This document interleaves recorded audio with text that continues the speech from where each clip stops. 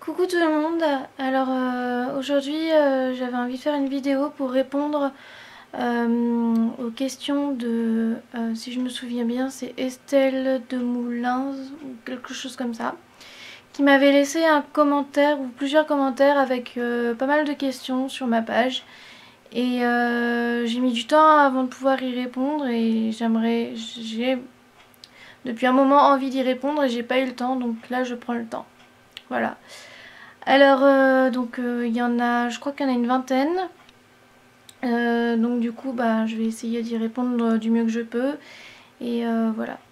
Donc, question 1. Pourquoi la telle n'est pas dans ta botte? Sur les collants ou même un jean, oui. Sur la botte, explique-moi l'utilité.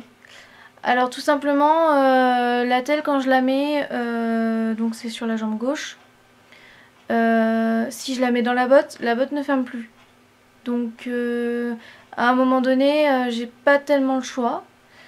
Soit je la mets sur la botte et bah ça aide quand même hein, parce que ça, je veux dire la telle elle est fermée en bas donc elle maintient quand même la botte. Enfin je sais pas trop comment expliquer mais si je mets si je mets la telle dans la botte pardon, je peux pas fermer la botte. Donc par contre là ça pose problème parce que du coup je peux pas marcher.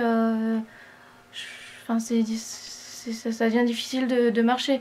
Ou alors je mets pas de bottes, je mets des chaussures plates et je mets le releveur et la telle. Mais dans ce cas-là, pour marcher dans la neige ou quoi, c'est un peu compliqué. Enfin, de toute façon, quoi qu'il en soit, marcher est compliqué. Donc voilà. 2. Tu dis ne plus bien y voir et avoir des malaises toute la journée. Comment as-tu pu gérer seule? Ton père est d'accord pour te laisser partir une journée entière toute seule alors que tu fais des malaises et des AVC à répétition. Alors je pense que vous faisiez peut-être allusion à la journée où j'ai été à Lyon. Et ben tout simplement je me débrouille et je me dis comment dire, je me dis pas le matin je vais rien faire parce que je risque de faire un malaise ou parce que je risque de tomber dans les pommes ou parce que ça risque de pas aller. Enfin voilà, je me dis si je commence à me dire ça tous les jours, mais je fais plus rien de ma vie. Et moi je veux pas ne pas vivre, je veux pas ne pas faire des choses parce que il y a un risque que je fasse un malaise. C'est pas possible. C'est voilà, pour moi c'est alors ben je me dis si je fais un malaise, voilà, c'est comme ça. Et puis voilà, ça se trouve, je vais sortir et puis je vais pas faire de malaise. Et puis voilà, et puis ça se trouve, je vais sortir et puis je vais faire un malaise. On peut jamais savoir, je peux jamais prévoir. Et si je fais rien parce que je me dis que je vais faire un malaise ou quoi, et ben je fais rien dans ma vie et je peux pas, c'est pas possible. Voilà.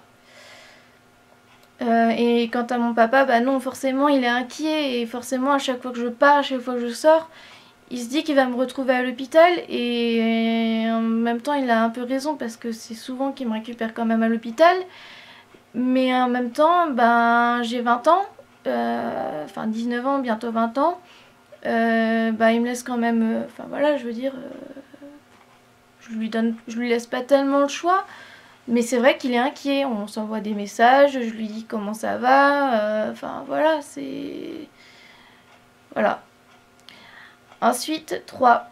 La morphine, alors que tu es constipé, tu as quoi pour compenser?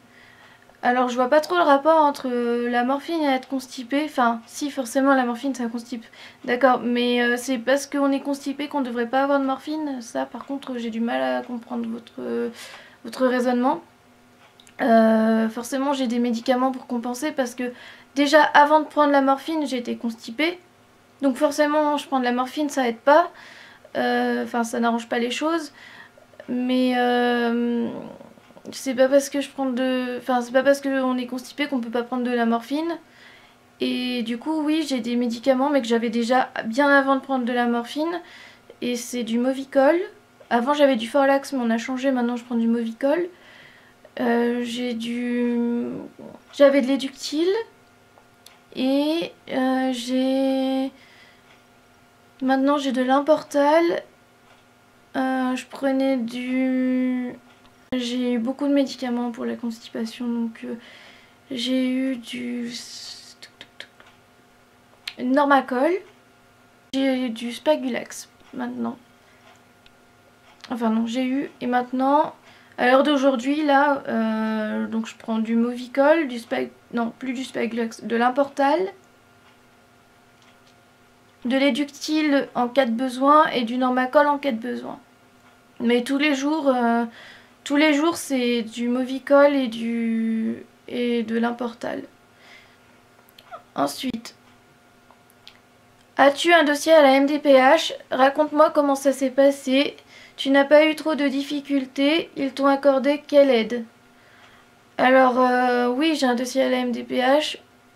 Comment ça se passe? Je sais plus exactement parce que ça fait un moment qu'on a fait les dossiers. C'est compliqué parce que c'est très long. Quand on fait une demande, il faut attendre au moins... J'ai pas trop la notion du temps, mais par exemple, ça va faire 6 mois à peu près, je crois, qu'on a fait une demande pour un établissement et on n'a toujours pas la réponse, donc c'est très long. Au niveau des aides, je sais que j'ai reçu des papiers, j'ai reçu plusieurs papiers avec ce qu'ils accordaient, enfin ce qu'ils disaient que j'avais le droit, ou ce qu'ils disaient que je pouvais pas avoir. Je les ai pas sous la main et je les ressortirai à l'occasion, mais là je les ai pas, voilà. Je sais que quand on veut aller dans un établissement, certains établissements, il faut faire une demande. Donc il y a un dossier, il y a plusieurs pages à remplir. Il pose des questions, quelle aide de quoi on a besoin, je crois les dates, enfin la période à laquelle on souhaiterait aller dans l'établissement souhaité. Il demande aussi si on veut une carte, par exemple la carte de stationnement, la carte d'invalidité je crois, et la carte de priorité. Je crois qu'il y avait ça. Et après je sais plus, ça fait vraiment un moment qu'on a fait la dernière demande, je crois qu'on l'a fait il y a 6 mois à peu près. Peut-être plus, je sais plus. Ensuite, 4. Tu vas au CESAD, tous les combien? Ils te proposent quoi pour t'aider à t'intégrer et à préparer ta vie future? Alors, au début, j'y allais une fois par semaine, à peu près, je crois. Ouais, c'était... de toute façon, même depuis que j'y suis, à la base, c'est une fois par semaine. Sachant que il y a des fois où j'ai pas pu, on n'a pas pu se voir avec mon éducatrice ou voilà. Après elle m'a beaucoup aidée pour par exemple pour les établissements, préparer quand on a fait la demande pour un établissement, préparer la lettre de motivation, enfin des choses comme ça. Enfin, c'était pas une lettre de motivation, c'était une lettre pour expliquer pourquoi je voulais aller dans cet établissement, des choses comme ça, je crois. Je sais pas comment expliquer, mais elle fait beaucoup de choses pour m'aider. Quand j'étais au collège, elle était en relation avec le collège. Elle mettait en place, elle assistait par exemple quand il y avait des PPS ou des choses comme ça. Ou un PAI, je sais plus ce que c'était qu'il y avait. Enfin, quand il y avait des réunions au collège, elle y était. Elle venait me voir au lycée. Voilà, je sais pas après trop comment vous expliquer, mais voilà. Ensuite, tu dois te sonder toutes les heures. Je ne comprends toujours pas comment dans la rue tu as pu respecter l'hygiène nécessaire, ni comment on peut le faire debout. Et ben voilà, j'ai fait une vidéo pour expliquer comment je fais.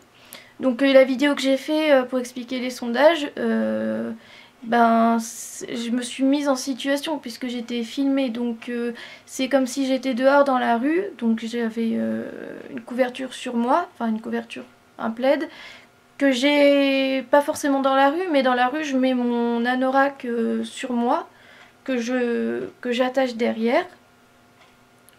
et une autre veste par-dessus, comme ça quand je suis debout bah on voit pas, je baisse un peu le pantalon et après je me sonde et les règles bah je les respecte comme si j'étais à la maison. Après je me sonde pas tout le temps dans la rue non plus, hein, je veux dire c'est quand j'ai pas le choix je le fais, sinon quand je sens que j'ai envie bah j'essaye de trouver quand même je rentre dans une pharmacie ou dans un magasin, je demande s'ils ont des toilettes et je me sonde.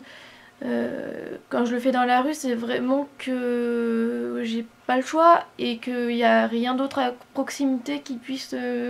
Enfin voilà, et puis c'est assez rare quand même que ça m'arrive dans la rue. Et quand ça m'arrive, je trouve quand même un coin en général pour me cacher un peu. Enfin, je veux dire, je le fais pas non plus devant tout le monde, voilà. Ensuite, tu as une gouttière pour combien de temps? Le jour et la nuit ou seulement la nuit? Qui te l'a prescrite? Alors pour combien de temps? Ben je sais pas. Le temps que qu'il faudra.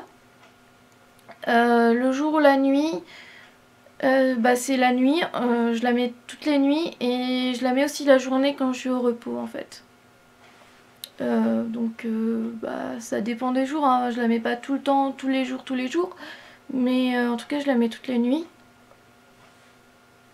Et, et la journée, ouais, ça dépend. Ça dépend. Quand je mange pas, ben en ce moment, comme je mange pas beaucoup, je l'ai plus souvent. Voilà. Et qui te l'a prescrite? Ben c'est mon dentiste. Ensuite, tu demandes à être hébergé pour aller chez Disney. Quel protocole de soins prévois-tu? Ben je sais pas. Je me suis pas vraiment organisée puisque de toute façon, pour l'instant, j'ai pas l'argent nécessaire pour aller à Disney. Il y a une association qui doit peut-être m'aider, mais mon état ne le permettait pas, donc du coup on avait dû annuler. Donc pour l'instant, je sais pas si je vais les recontacter, enfin je sais pas, c'est compliqué. Mais sinon, ben forcément j'aurai mes traitements, forcément je devrais aller doucement, forcément j'aurai mon fauteuil roulant parce que même si j'arrive de mieux en mieux à marcher, je sais que faire 2 parcs c'est très long et je pourrais pas les faire à pied. Ou alors sinon ça sert à rien parce que je vais passer mon temps à marcher et je ferai pas autant de manège que si j'ai le fauteuil. Donc forcément j'aurai mon fauteuil. Après quel protocole, je vois pas trop ce que vous voulez dire. Enfin je sais pas. Ensuite, 8. Tu as un lit médicalisé. Je ne reviens pas sur le fait que tu l'aurais vendu ou pas. En quoi t'est-il utile? Alors oui, j'ai un lit médicalisé. En effet, non, c'est pas la peine de revenir sur le fait que je l'ai vendu ou pas, parce que ça, c'est direct que je ne l'ai pas vendu. Bon, là, je suis dans le salon, donc je peux pas vous le montrer, mais là, à côté du mur, enfin de l'autre côté du mur, il y a ma chambre et il y a le lit médicalisé, ça, c'est sûr. Donc non, je ne l'ai pas vendu. Il m'est utile parce que déjà, comme un lit médicalisé, il y a le... On peut s'asseoir et s'allonger comme on veut, enfin avec la télécommande, c'est très pratique dans le sens où comme j'ai beaucoup de douleurs musculaires, il faut que je change de position très souvent. Donc je reste un moment allongée, après il faut que je m'assoie, après il faut que je me rallonge, après il faut que je me rassoie. Quand je dois dormir et que quand je dors et que je me réveille parce que j'ai mal, bah, j'ai juste à appuyer sur la télécommande, à m'asseoir un petit peu ou à me rallonger un petit peu et voilà, ça va. Ça serait plus compliqué si j'avais pas ça. Ensuite, quand je fais des infections respiratoires ou que j'ai du mal à respirer, et ben là, bah, il faut que je dorme assise. Donc le lit me permet d'être inclinée, enfin d'être en position vraiment assise comme j'ai besoin. Et puis il y a les barrières. Les barrières sont utiles dans le sens où quand je dors la nuit, je fais beaucoup de crises de convulsions. Et ça m'est arrivé, avant d'avoir le lit médicalisé, ça m'est arrivé beaucoup de fois de me retrouver par terre. Donc les barrières bah, voilà, m'aident à ne pas tomber du lit, quoi. Voilà. Et un autre point, quand par exemple je me suis fait opérer de ma vessie, enfin du dos quand j'ai eu le neurostimulateur, ensuite pendant 2 semaines l'infirmière est venue faire les pansements à la maison.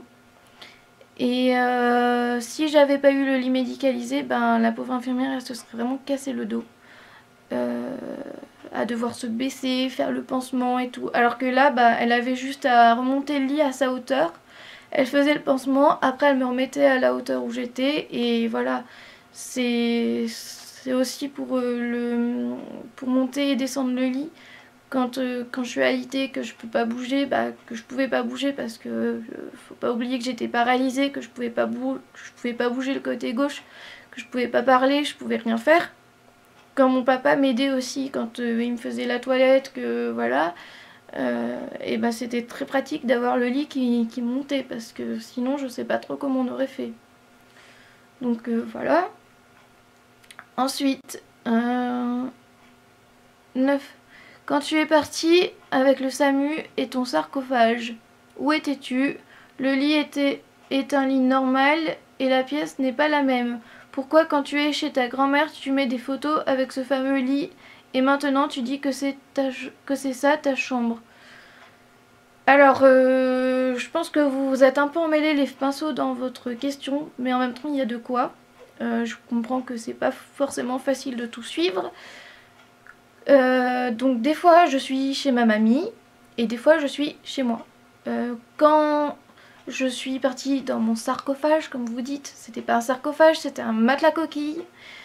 Et c'était pas avec le SAMU, c'était avec des ambulanciers. Et c'était pas pour aller aux urgences, c'était pour aller à un rendez-vous médical, un rendez-vous à l'hôpital suite à mes fractures. Sauf que, juste pour le rappel, comme je pouvais pas bouger, à cause des fractures, à cause des douleurs, je ne pouvais pas m'asseoir, donc on a dû me mettre dans ce matelas coquille parce que c'était impossible de me bouger. Même dans le matelas coquille, je pleurais tellement j'avais mal, et pourtant j'étais sous morphine à haute dose, et pourtant je pleurais tellement j'avais mal dans l'ambulance. Enfin bon, ça c'était juste pour revenir sur le sujet. J'étais chez ma mamie, parce que donc j'ai passé l'été chez ma mamie. Et donc chez ma mamie, je n'ai pas de lit médicalisé. Donc j'étais chez elle et j'étais dans un lit normal et on avait un peu adapté à la situation. Donc là forcément la pièce n'est pas la même. Je vous montrerai, je vous referai une photo, j'essaierai de vous montrer. Chez ma mamie, la pièce c'est un lit normal et chez moi, quand je suis chez moi, c'est un lit médicalisé. Voilà. Après, j'ai pas trop compris la fin de votre question. Ma chambre, enfin voilà, je vais peut-être me répéter, mais avec ce fameux lit, et maintenant tu dis que c'est ça ta chambre, enfin voilà, c'est simple à reconnaître. Quand je suis chez ma mamie, j'ai pas de lit médicalisé, je suis sur un lit normal, et quand je suis chez moi, je suis dans le lit médicalisé. Voilà, je sais pas trop comment vous dire d'autre, voilà. Et donc, pour en revenir à cet été, quand je me suis cassé le bassin et le poignet, donc je suis tombée dans les escaliers, j'étais chez moi, aux Abrets. J'ai été emmenée à Voiron, à l'hôpital. Ensuite, j'ai été ramenée en ambulance chez ma mamie parce que quand je suis tombée, 2 jours après, on devait partir en vacances chez ma mamie. Donc du coup, l'ambulance m'a ramenée chez ma mamie. Sauf que entre temps, ça allait pas du tout dans l'ambulance. Donc on m'a ramenée à l'hôpital de Grenoble, puisque du coup on avait fait la route. Enfin, on avait commencé à avancer. Donc j'ai été à Grenoble. Et ensuite, quand je suis sortie de l'hôpital, du coup je suis allée chez ma mamie. Donc c'est pour ça que en fait, après, quand les ambulanciers sont venus me chercher pour aller au rendez-vous de l'hôpital de Voiron, ils sont venus me chercher chez ma mamie. Et donc voilà, c'était pas pour aller aux urgences, et voilà, c'est juste que je pouvais pas bouger et que j'avais tellement mal que voilà. Ensuite, 10. Tu dis ne pas pouvoir manger seul, mixer et des compléments. Peux-tu me réexpliquer pourquoi seulement pour les fausses routes?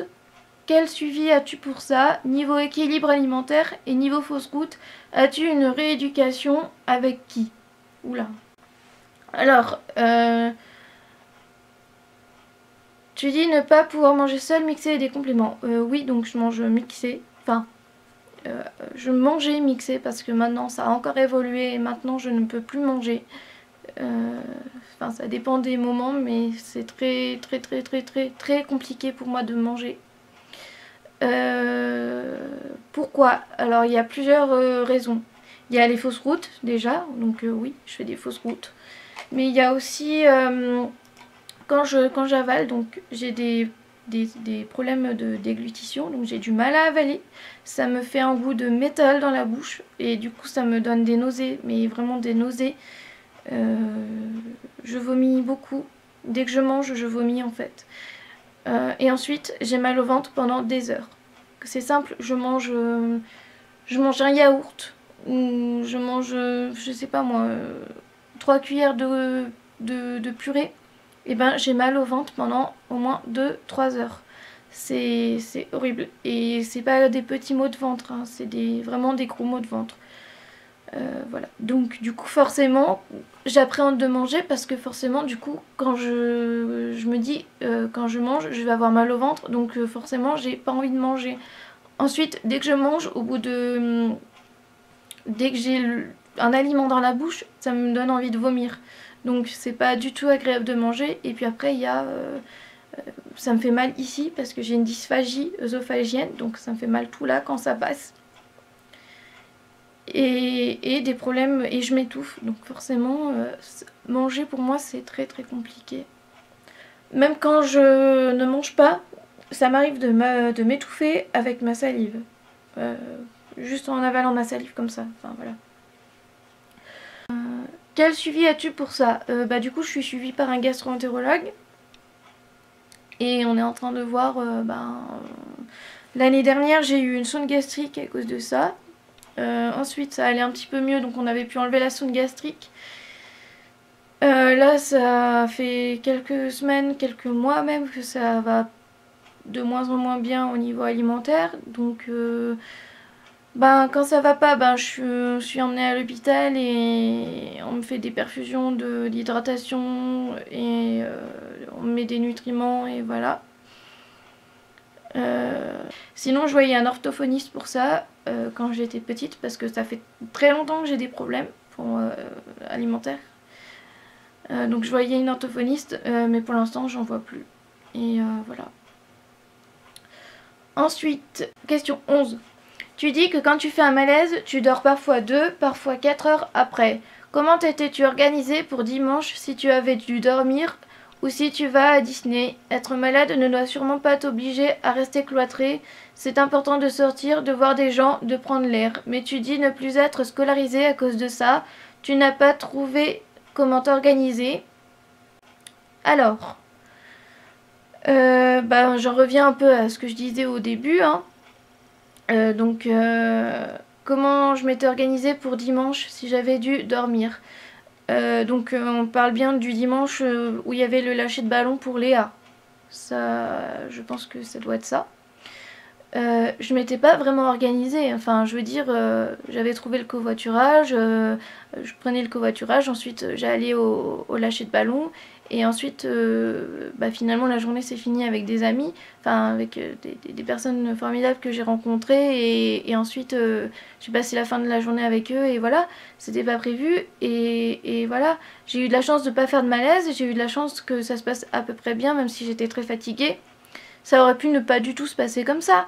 Je n'avais absolument rien prévu. Si j'avais fait un malaise, voilà, j'aurais fait un malaise, j'aurais été à l'hôpital, mon papa serait venu me chercher, je serais rentrée à la maison et voilà. Et voilà, c'est... Enfin, je veux dire, comme vous dites après, être malade ne doit sûrement pas t'obliger à rester cloîtré. C'est exactement ça. Je veux dire, c'est... Enfin... Je comprends pas trop le sens de votre question parce que du coup vous répondez à la question en fait. Vous répondez à votre question. C'est exactement ça. Je vais pas rester cloîtrée à la maison à rien faire en me disant ah mais si je sors je risque de faire un malaise, si je sors ça risque de pas aller. Non, c'est pas possible. Sinon je resterai enfermée 24 heures sur 24 à la maison. Alors quand ça va pas, bah oui d'accord, je reste à la maison, je reste me reposer et voilà. Et encore, il y a des moments même quand ça va pas, j'ai envie de sortir. Mais quand ça va, je vais pas rester à la maison quand ça va. Quand je me sens à peu près bien, j'en profite. Pour moi c'est tellement pas souvent, c'est tellement, enfin je veux dire, c'est tellement aléatoire que quand ça va, j'en profite. C'est voilà. Je sais pas. Voilà, franchement, il faut le vivre pour. Peut-être que les personnes qui sont dans la même situation que moi me comprendront mieux parce que je pense qu'il faut le vivre pour comprendre mon raisonnement. Voilà. Ensuite, c'est important de sortir, de voir des gens, de prendre l'air, exactement, vous répondez encore à la question. Mais tu dis ne plus être scolarisé à cause de ça. Tu n'as pas trouvé comment t'organiser. Et ben non, j'ai dû donc arrêter les cours à cause de ma maladie parce que je faisais beaucoup trop de malaise en cours. J'adorais aller au lycée, j'adorais être au contact des autres, j'adorais suivre les cours, écrire, voilà. Mais là par contre ça me fatiguait énormément et je pense que aussi le midi, à l'époque où j'étais au lycée, donc à Voiron, on devait aller manger, on devait prendre le car le midi pour aller manger. Et je pense que c'est ça qui me fatiguait en fait le plus. Bon, il n'y avait pas que ça forcément, mais ça me fatiguait énormément et du coup ben, c'est pour ça aussi que j'ai dû arrêter.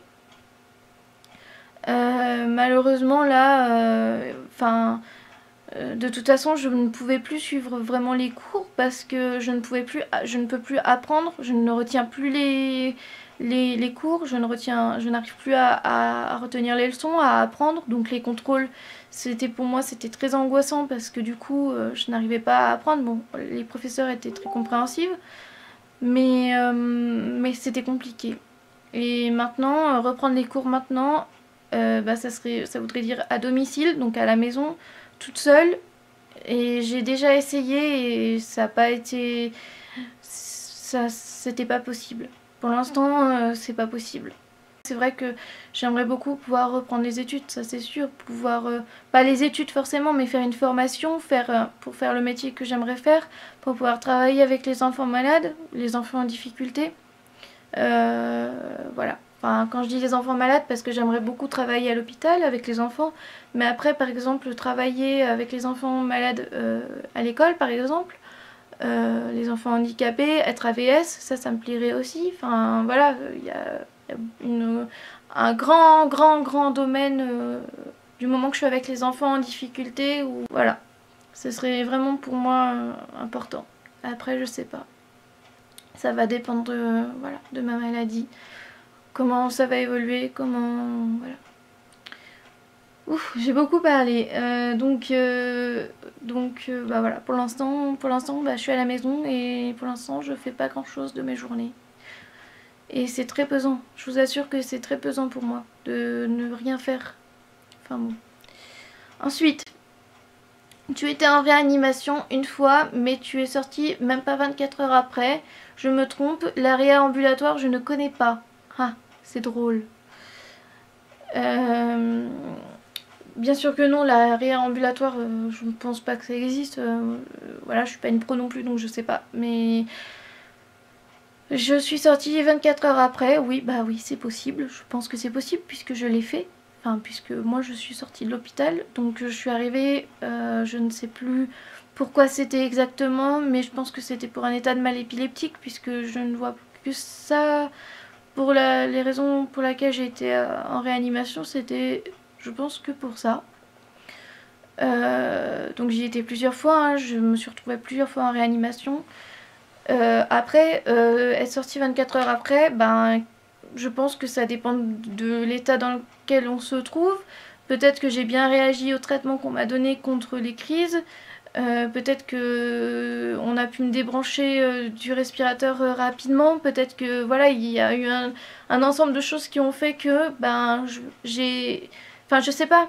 Peut-être que j'ai été mieux et que du coup ben avec mon caractère aussi. Enfin je veux dire quand je suis consciente que je respire à peu près bien, que que je suis pas trop mal, moi l'hôpital, je veux pas y rester. Je fuis l'hôpital, enfin je veux rentrer à la maison le plus vite possible. Donc, donc voilà, j'ai peut-être tellement insisté pour rentrer à la maison que les médecins, bah, finalement ils m'ont laissé rentrer à la maison sous surveillance. Bien sûr que mon papa aussi il est aide-soignant, donc ça aide énormément. Euh, voilà, il me surveille beaucoup, il me surveille tout le temps, il est tout le temps en train de me demander comment ça va, de voir si tout va bien, voilà, quand je rentre de l'hôpital, encore plus que d'habitude. Donc les médecins savent que mon papa me surveille beaucoup, que voilà. Donc je peux pas vous expliquer pourquoi moi, j'aurais pu sortir 24 heures après et pas d'autres personnes, je sais pas. Peut-être, voilà, c'est comme ça. Je pense que je suis pas la seule à pouvoir être sortie. Voilà, ça dépend vraiment de l'état de l'état. Peut-être qu'à ce moment-là, c'était un petit état de mal épileptique, je sais pas. Voilà. Après, c'est vrai que moi, quand je suis à l'hôpital, à peine arrivée à l'hôpital, je demande déjà quand est-ce que je vais en sortir. Donc, pour moi, j'en peux tellement plus des hôpitaux que voilà, moins j'y reste et mieux c'est. Tu parles de plusieurs fractures et opérations. Veux-tu bien me dire lesquelles et pourquoi? Quel suivi as-tu pour ta fracture du bassin?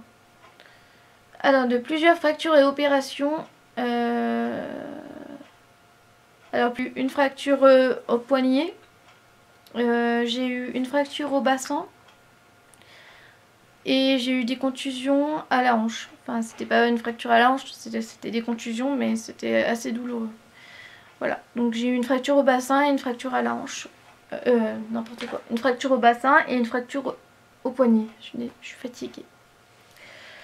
Ensuite, l'opération, il m'avait parlé en effet donc de m'opérer du poignet, je crois. Ouais, c'était du poignet. Et en fait, vraiment ça a été compliqué parce que on m'a dit qu'on allait peut-être m'opérer, mais que c'était pas sûr. Une semaine après, quand justement les ambulanciers sont venus me chercher et qu'ils m'ont mis dans la matelas coquille, c'était pour aller à ce rendez-vous. Et donc là, le chirurgien m'a dit que non, il n'y avait pas besoin d'opérer. Mais peut-être qu'il y aurait eu besoin, et c'était en fait à ce niveau. C'était à ce niveau-là, je crois. Non, c'était plutôt à ce niveau-là, voilà, que j'avais une fracture. C'est pour ça que mon plâtre, il y a eu tellement de commentaires aussi là-dessus. Mon plâtre arrivait là, à peu près. Parce qu'en fait, bon, c'est vrai qu'il me tenait pas énormément parce que du coup j'avais quand même mal.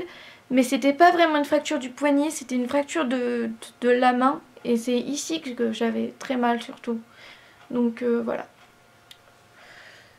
Quel suivi as-tu pour ta fracture du bassin? Eh ben, maintenant je vois l'orthopédiste tous les 3 mois à peu près. Ouais, je l'ai revu 2 fois depuis ma fracture. Et voilà. J'ai eu donc on fait une radio à chaque fois et voilà. La dernière fois, le chirurgien m'a dit que elle était en train de bien se consolider, mais que j'aurais encore des douleurs pendant 1 an à peu près. Enfin que lui, sachant que je suis très sensible à la douleur et que je suis quand même sous morphine en continu, peut-être que les douleurs vont s'estomper un peu, ou peut-être, je sais pas. Pour l'instant, c'est vrai que j'ai beaucoup de douleurs au bassin. Voilà, la morphine elle m'aide aussi quand même beaucoup pour ça. Et c'est vrai que je peux pas rester assise trop longtemps dans la même position. Enfin, je peux pas rester trop longtemps assise. Quand je suis couchée, il faut que je change de position assez souvent. Voilà, quand je suis sur le côté, il faut que je peux rester un moment sur le côté, mais après il faut que je change de position. Enfin voilà, c'est assez compliqué. Ensuite, tu ne vas plus chez le kiné. Comment peux-tu être sûr de ne pas devoir changer d'exercice? Tu y vas de temps en temps pour faire le point. Alors ça, donc je fais les exercices donc toute seule à la maison parce que j'ai l'habitude. Ça va faire maintenant 3 ans que ma jambe gauche s'est paralysée et que 13, 14, ouais c'est ça, 4 ans même, ça va faire 4 ans que ma jambe gauche s'est paralysée.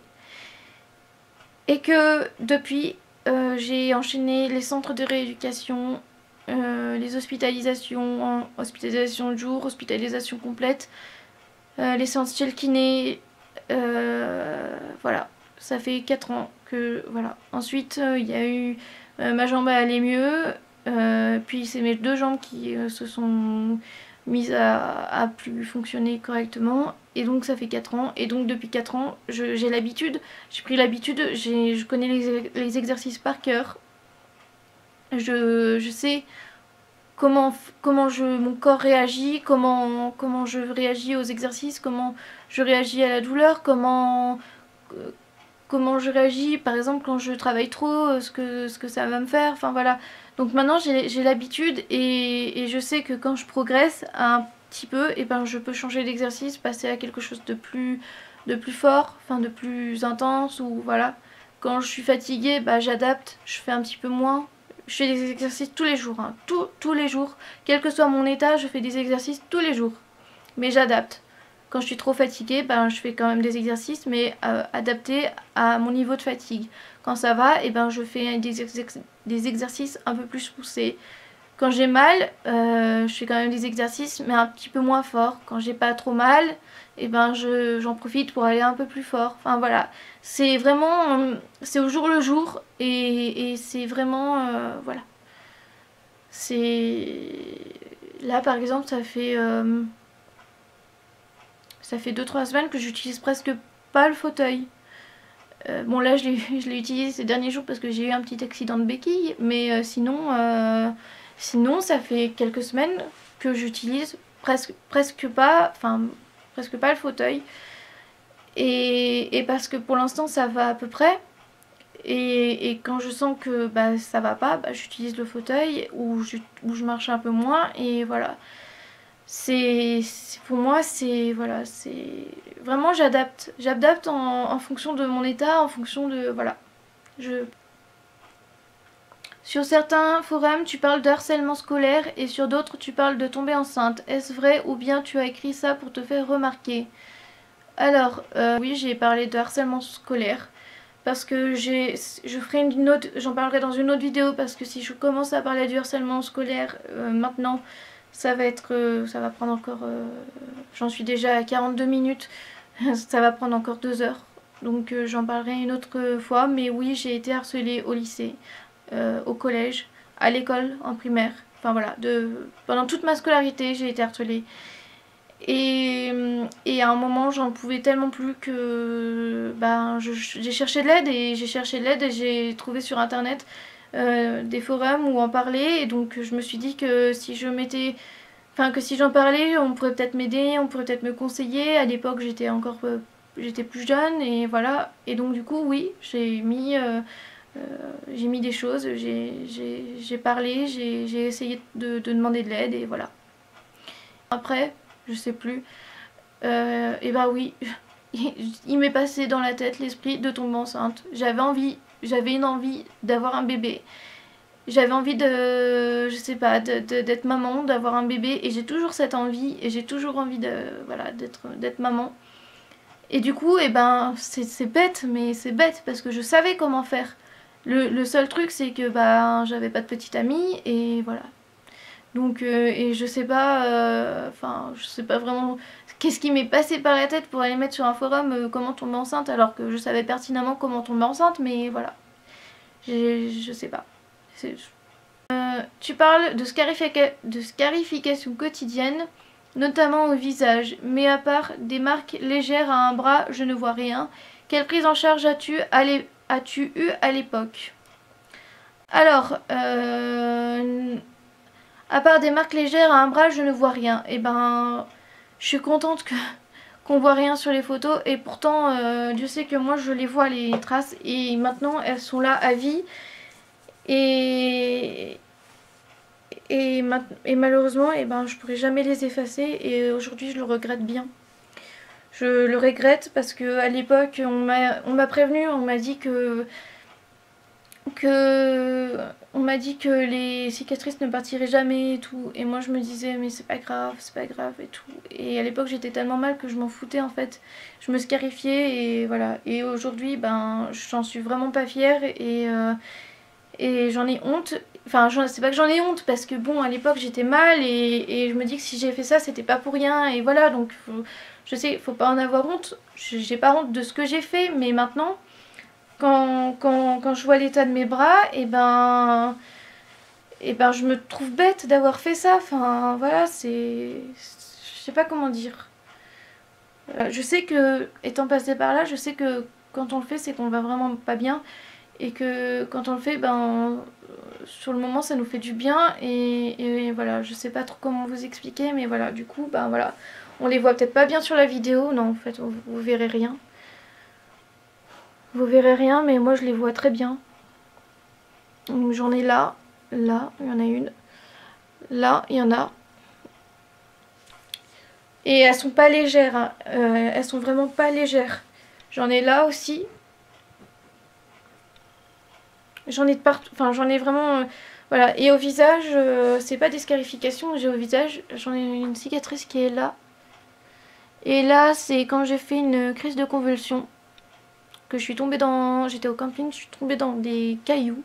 Et je pense qu'il devait y avoir des bouts de verre. Enfin, je sais pas trop. Et du coup, je me suis ouvert en fait là. Tout là. Du coup, maintenant j'ai une cicatrice là. Je sais pas si on voit bien, mais voilà. La cicatrice que vous voyez qui part de là et qui arrive à là. Je suis désolée, je tremble parce que j'ai froid.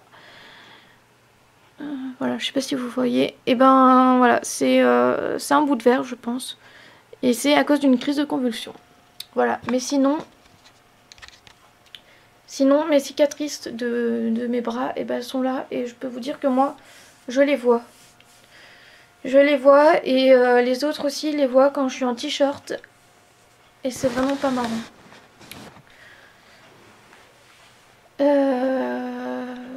À l'époque...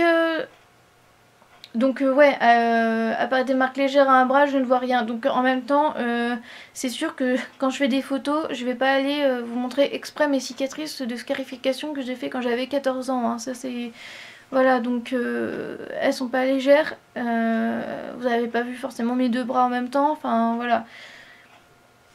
Je m'en vante pas parce que je suis pas fière d'avoir fait ça. Mais voilà, c'est comme ça. Et maintenant, voilà.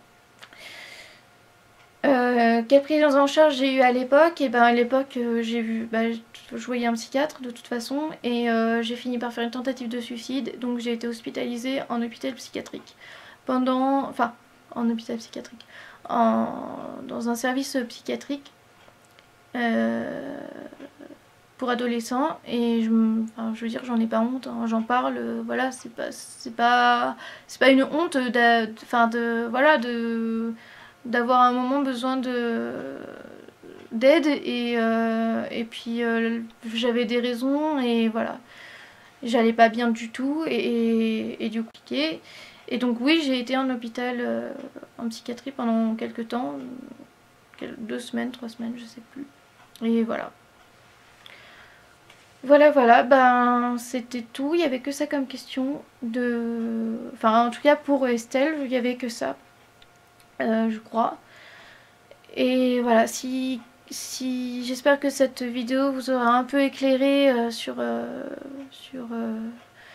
ma maladie, sur mes problèmes et sur ce que je vis. Et puis voilà, si vous avez des questions, n'hésitez pas, je referai une vidéo comme ça. Donc n'hésitez pas à poser vos questions.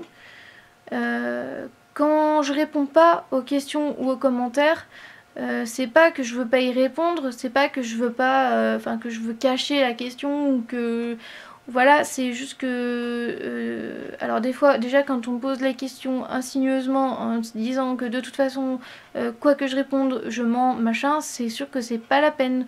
Des manières de poser les questions, il y a des manières il y a des... Enfin voilà, quand on insinue tout de suite que je mens, c'est pas la peine. Ensuite, j'ai pas forcément le temps ni l'énergie de répondre aux questions tout de suite. Vous voyez, par exemple, là, il y en avait une vingtaine, peut-être un peu plus. Donc il me faut du temps pour prendre le temps d'y répondre. Là j'ai fait un... Donc voilà, donc quand vous avez des questions, posez-les. Un jour j'y répondrai, j'y répondrai et je le ferai quand j'aurai le temps. Après, c'est sûr aussi que j'ai pas forcément l'énergie tous les jours de le faire. Ma maladie elle est très présente quand même, quoi qu'on dise. Et je suis très fatiguée, je dors beaucoup. Quand je dors pas, j'essaye quand même de sortir, j'essaye quand même de faire des choses. J'ai beaucoup de rendez-vous, donc je vais pas dire que je suis overbookée, loin de là, parce que c'est pas le cas. Mais je suis souvent très très très très fatiguée et donc du coup, voilà, je profite des moments où ça va pour en profiter pour sortir, voilà. Et quand ça va pas, ben, je dors, je me repose et j'ai pas l'énergie pour parler comme ça. Là, c'est un moment où ça va à peu près. J'en profite pour vous faire la vidéo. Euh, Il y a des moments où je peux pas. Il y a des moments où quand je respire, je prends toute mon énergie pour respirer, par exemple. Il y a des moments où quand je parle, je ne peux... Enfin, parler m'épuise. Je sais pas comment vous expliquer, ben ça fait partie de ma maladie, ça fait partie, voilà. Il y a des moments où j'ai du mal à respirer et même et quand je parle, ben ça m'essouffle encore plus et du coup je peux pas parler. Ça m'arrive assez souvent et voilà. Donc c'est aussi pour ça que je fais pas beaucoup de vidéos où je parle parce que voilà. Ça dépend des moments. Voilà. Voilà. Donc eh ben, je vous souhaite une bonne soirée, une bonne nuit vu l'heure. Mais je sais pas quand j'aurai le temps de faire le montage maintenant. Mais voilà, je vous souhaite, si je vous la poste demain, je vous souhaite un bon lundi, un bon début de semaine. Et voilà, à bientôt!